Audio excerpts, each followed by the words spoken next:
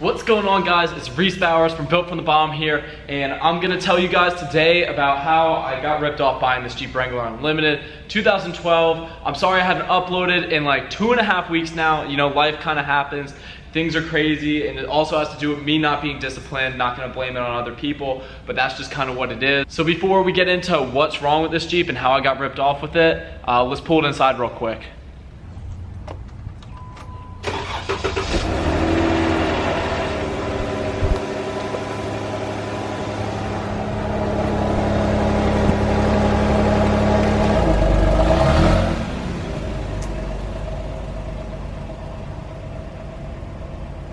Okay, now that we got this thing in here, we're gonna kind of go into the story about like how I got this Jeep. So I bought this Jeep November 6th, and I trailered it back here, started taking it apart, got it done, like probably got it done like maybe, I don't know, like December 15th, it was completely done. Sat at the paint shop for a little bit longer than I wanted. Everything was going as planned. You know, I realized right after I bought it that it was smoking a little bit out the back. I thought, oh, nothing of it, you know, might be, I don't know, PVC valve that I looked up. So I started replacing parts on it. I really don't know how much money I spent on parts, so I'm gonna put it in this video, like up there on the screen, how much money I put in parts. So it's smoking a little bit. I realized it's burning oil. So first thing you do, PVC valve. So I buy the PVC valve. That doesn't fix the problem. And then it's kind of idling a little rough because it's throwing O2 sensor code, which it was throwing that code because it's burning oil, and then it's sitting on the catalytic converters, which over time it'll eventually destroy like those catalytic converters. And I then replaced the O2 sensors. I thought, oh, I'm overthinking it. It's not the PVC valve, it's O2 sensors. So that was the price of the O2 sensors. Still doesn't fix the problem. So I sit there, I contemplate, oh, what to do. I pull off all the spark plugs, and then I go buy new spark plugs because cylinder 5, the spark plug is like just covered in oil.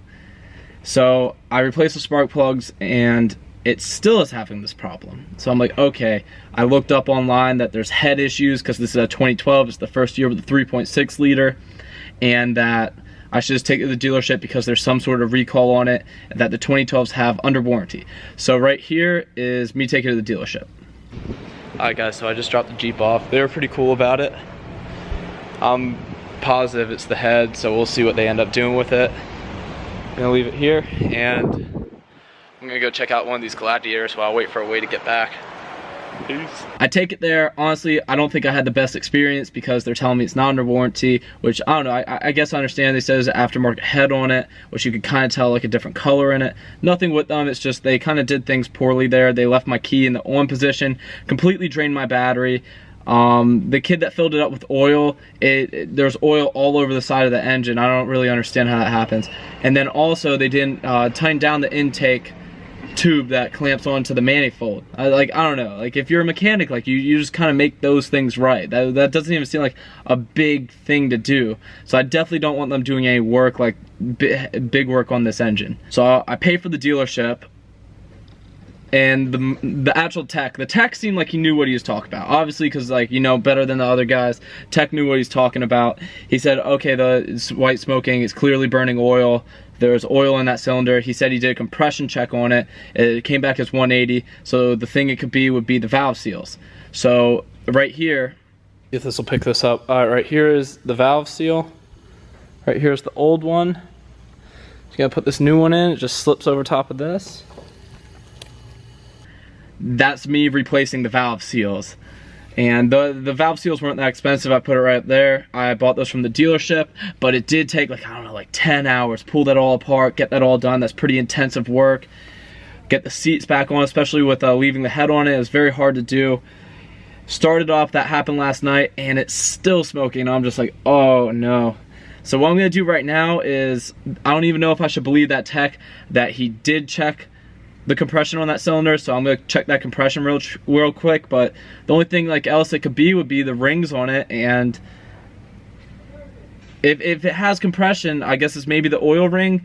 So regardless, I feel like it's just gonna need a new engine at this point. Like, it makes a little bit of a ticking noise. There's oil, it's burning oil like crazy, And that's just really sad because, you know, this thing has 79,000 miles on it, and it's been, I ran the Carfax when I bought this Jeep too, and you don't expect it to have like a big mechanical failure like that, you know, at 79,000 miles. And let's check this compression real quick and see if it comes back at 180.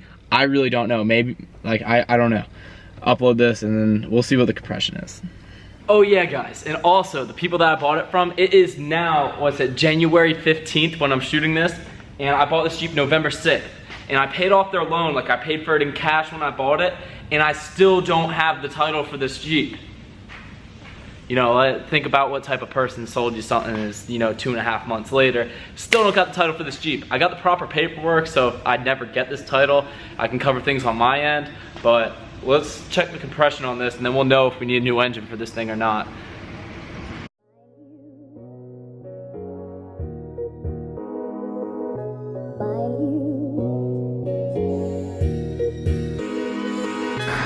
Wow, look at that. It's not even 50 PSI.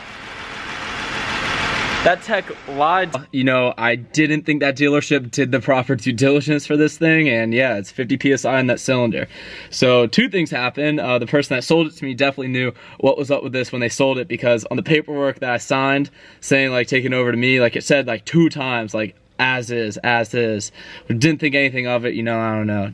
Just really didn't think much of it. It's kind of like something you should put, but it seemed like a little like sticking out considering there wasn't too many other things listed on it other than that. It was sold as is. So they kind of did me dirty. They definitely did me dirty. The people that sold it to me, because they sold it to me, oh, it just needs an O2 sensor, yada yada. And then the dealership, you know, they just straight up lied to me. You know, I guess that a lot of people have bad experiences at dealerships. So yeah, that dealership, I don't trust them one bit. And the fact that they like took it in there just for that, and they killed my battery, and they poured oil all over the side of it, like I don't understand how you can mess something up that bad. That's it for now, and you know, I guess this Jeep is just gonna be sitting here until I get a new engine for it.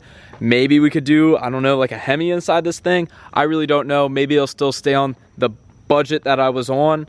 So if you're watching this and you want to follow along to what happens to this, go hit that subscribe button right there, and give this video a like to help that YouTube algorithm, and catch me next time. I got more bike builds to come on this channel, and I'll catch you later. Peace.